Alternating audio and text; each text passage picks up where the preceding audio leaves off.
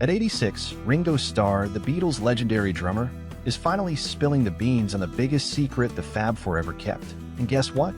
He says it was all a lie. This is the kind of story that'll make your jaw drop, so stick around because we're about to unpack it all.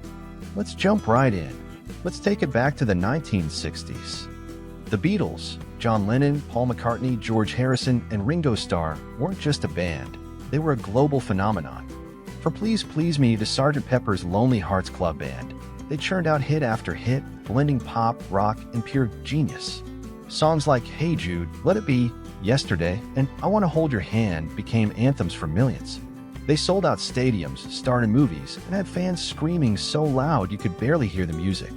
The Beatles weren't just musicians, they were cultural icons, shaping fashion, attitudes, and the entire music industry.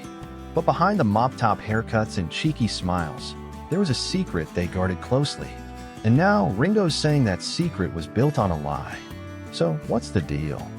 For years, whispers have swirled about the Beatles' biggest secret, the rumor that Paul McCartney died in 1966 and was replaced by a lookalike. Yeah, you heard that right. The Paul is dead conspiracy has been one of the wildest stories in rock history. Fans pointed to clues in album covers, song lyrics, and even backward messages in tracks like Revolution 9.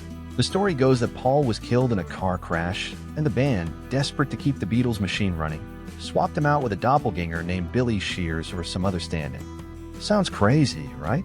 But this theory took on a life of its own, with fans dissecting every detail, from the Abbey Road cover, where Paul's barefoot and out of step, to cryptic lines like "The Walrus was Paul in Glass Onion." For decades, the Beatles laughed it off, calling it nonsense. But now, at 86, Ringo's opening up, and what he's saying is turning this legend upside down. Let's get into it. In recent interviews, Ringo's been reflecting on his life, the Beatles' legacy, and the myths that followed them. He's always been the chill Beatle, the one who kept the peace while John, Paul, and George butted heads. But lately, he's been more candid, dropping hints about the Paul is dead rumor and why it got so out of hand. According to Ringo, the secret wasn't that Paul died. It was that the Beatles let the rumor spiral because it kept them in the spotlight. That's right, Ringo's admitting the band knew about the conspiracy and, instead of shutting it down, they leaned into it. They thought it was a clever way to mess with fans and keep the Beatles' mystique alive. But here's the kicker. Ringo says it was a lie that got way bigger than they expected, and it ended up haunting them. So, how did this whole Paul is dead thing start? Let's rewind to 1966. The Beatles were at the peak of their fame, but they were also exhausted. Touring was brutal, with fans mobbing them everywhere, and the pressure to keep pumping out hits was relentless. Around this time, Paul did get into a minor car accident. Nothing serious, but enough for gossip to start. Then, in 1967, a college newspaper in the US ran a story claiming Paul had died and been replaced. Fans went wild, and soon radio stations, magazines, and even TV shows were talking about it. The Beatles could have squashed the rumor with a quick statement, but Ringo says they saw it as a game. They started slipping clues into their music and album art, thinking it was just a bit of fun. For example, the Sgt. Pepper cover, with its funeral-like scene and Paul wearing an OPD patch which some fans read as officially pronounced dead, was no accident. Ringo's admitted they were having a laugh, but they didn't realize how seriously fans would take it. As the rumor grew, it became a monster.